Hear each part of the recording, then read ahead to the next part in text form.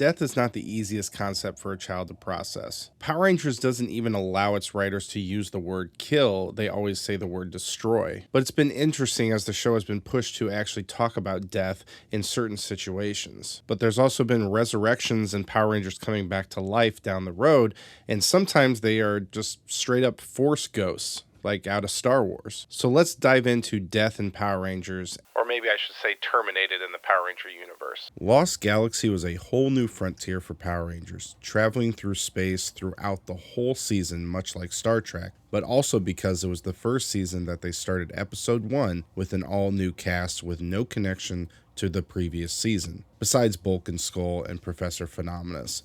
Honestly, I welcome the change because it gave Power Rangers the ability to tell complete stories from front to back. 40 episodes of a real storyline with a definite ending. Since the first seasons never knew how long it was going to go, they didn't have big story arcs planned, but Lost Galaxy was a deadline to the story that they needed to complete. One of those storylines was Leo and Kendrix's love story. They hinted a lot at the beginning of the season that they had some serious chemistry, but a real wrench was thrown into it when the actress playing the Pink Ranger was diagnosed with leukemia. She of course started treatments, but the long-hour days of filming Power Rangers would not be a benefit to her recovery, so the writers really had no choice. They wrote her off the show.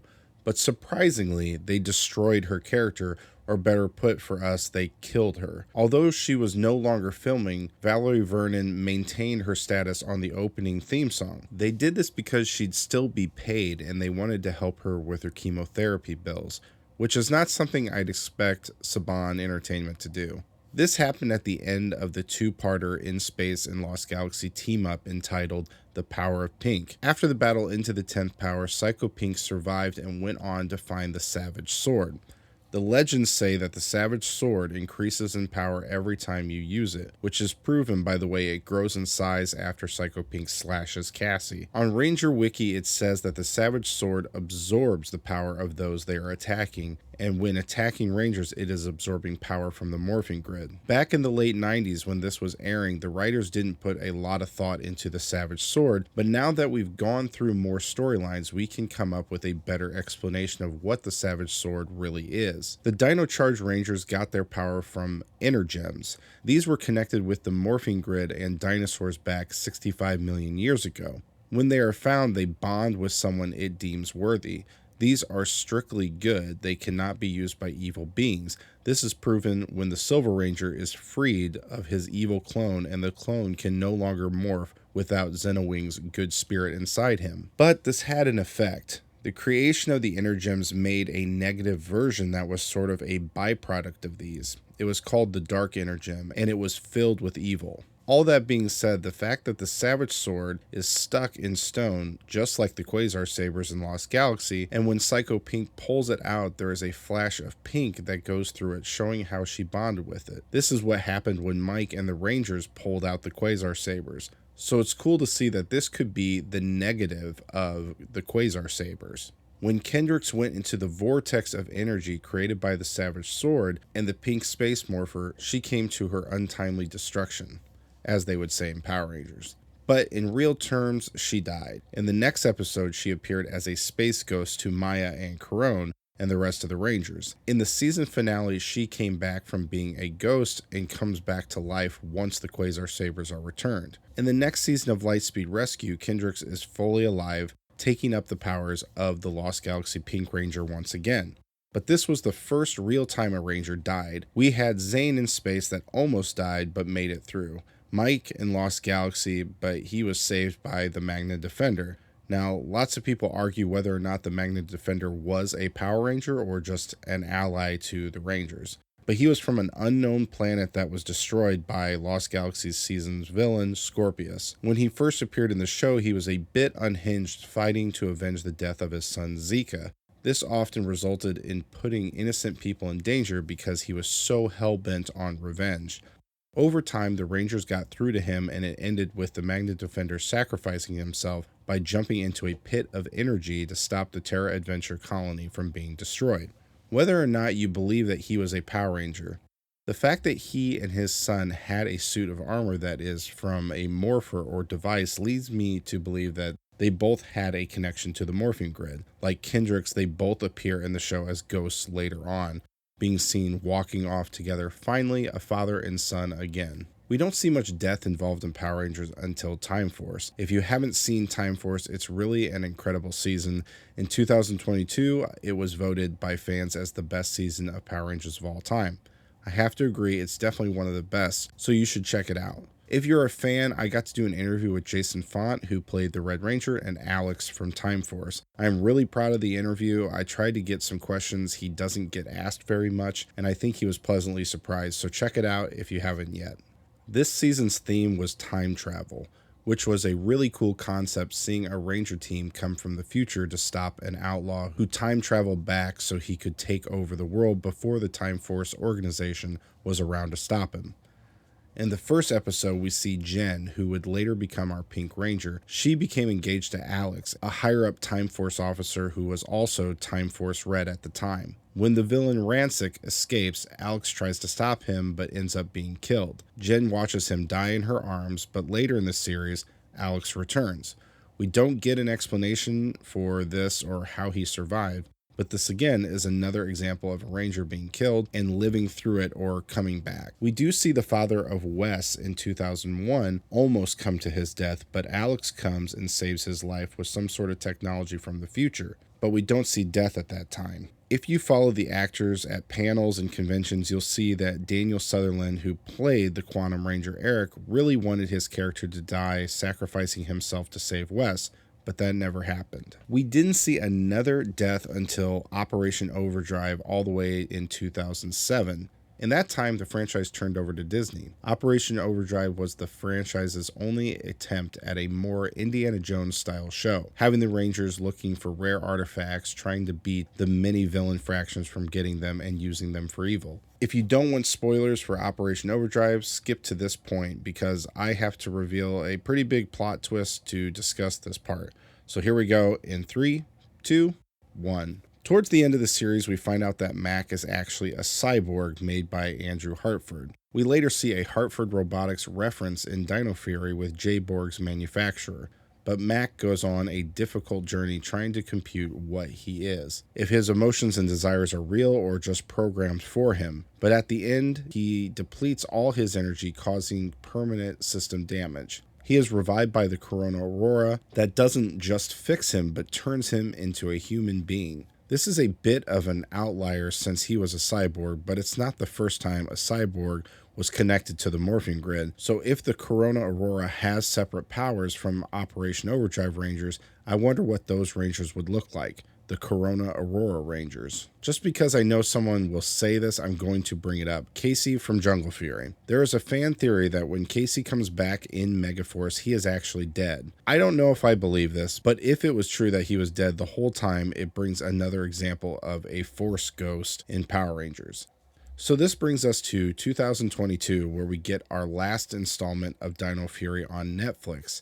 This is the second season of Power Rangers done by Hasbro, and honestly, it's an insanely good season, and I've been doing some breakdown videos of episodes because they are done so well. And I love pointing out all the little details people don't typically notice on their own. I'll link the playlist here, and if you want to check it out, I would be very, very grateful. I have a lot of fun doing those videos. But this season starts off with history of a Ranger team from over 65 million years ago, the original Knights of Rafkon, led by Zayto. We find out that the only surviving members of the team are Zayto, the Red Ranger, and later on Ion, the Gold Ranger. But in episode Waking Nightmares, Zayto is on another planet having to face his old comrades. This has confused a lot of people because they are essentially testing Zayto. The old Dino Fury team are repeating phrases from their very last battle they were in. When they figure out a way to bring up their unity, the former Rangers stop. Then they become the Nibiru Guardian. At the end of season 1, it is presumed that Void Knight is dead, but he survives a huge blast. Now this could just be the power of his Dino Knight armor keeping him alive. He does have to take a lot of time to rest and regain his strength though. At the end of the series, Zayto uses the saber given to them by the Green Morphin Master. The ultimate attack can destroy anything, but that much power will destroy the person using it. Zayto uses it to defeat Void Queen, and we jump to 6 months later. Zayto appears in the base with a new suit. At this point, it's not explained what the suit is called. The script called it the Red/White Ranger, but Russell Curry in behind the scenes footage called it the Ghost Ranger. Although the 1995 movie isn't considered canon in the main timeline, it is shown that the powers of the Ninjetti can actually bring a being back to life when the Rangers resurrect Zordon. This again is seen when the Quasar Sabers cause a reaction to bring Kendrix back to life as well. The explanation for Alex's resurrection is never explained, but I wonder if when Wes took up the Morpher and reactivated it, that brought Alex back to life. Just a theory, but considering that Alex was connected to the morphing grid in that way, I feel like there might be some sort of connection to that. But so far in the Ranger history, all these characters who have died had some sort of tragic death connected to energy beams or dark energy. The morphing grid has been proven in the past that there is a yin-yang effect to it. There is evil that's connected to the morphing grid, and there is good connected to the morphing grid. What I wonder, when someone dies with good energy from being a Power Ranger, having that good side of the morphing grid, and being destroyed by the evil side of the morphing grid,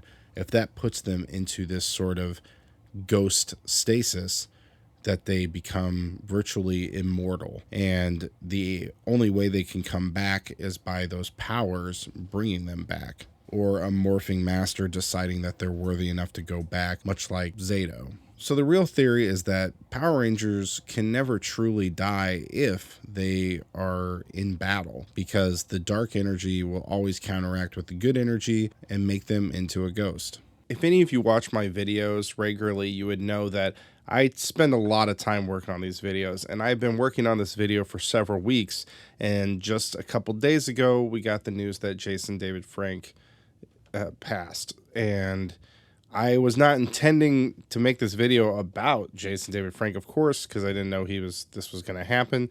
It was mostly going to talk about Thuy and how they're going to represent her in this upcoming season. Of course, they have Charlie Kirsch coming in, but there's been discussion about using CGI to bring her face onto another actress so that they can have some sort of scene with her.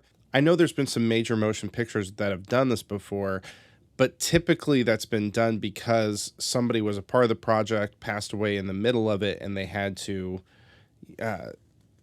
find a way to wrap up the story, and it just made sense, and it just worked out.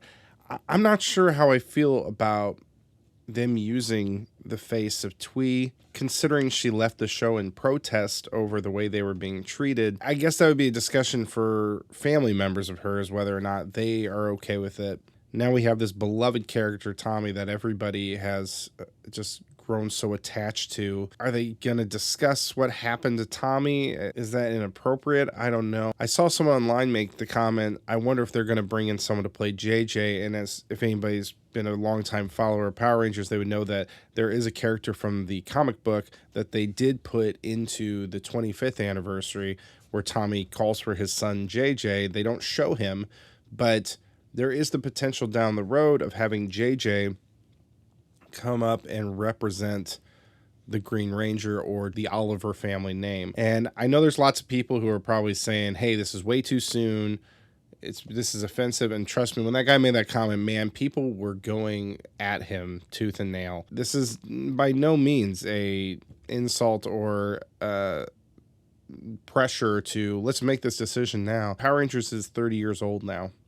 And this is going to be a sad, but it's going to be a reality that we are going to lose actors. We're going to lose people. How are we going to discuss that? How's that going to be put onto the show? Are they going to discuss these things? Or are they not going to? You kind of want to give closure to the characters, but you want to be respectful towards the actors who played them. I think that they're doing a really awesome job with Charlie Kirsch.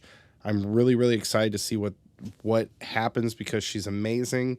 Everything I've looked up on her has been, she's pretty unbelievable, and I think they're doing it the right way.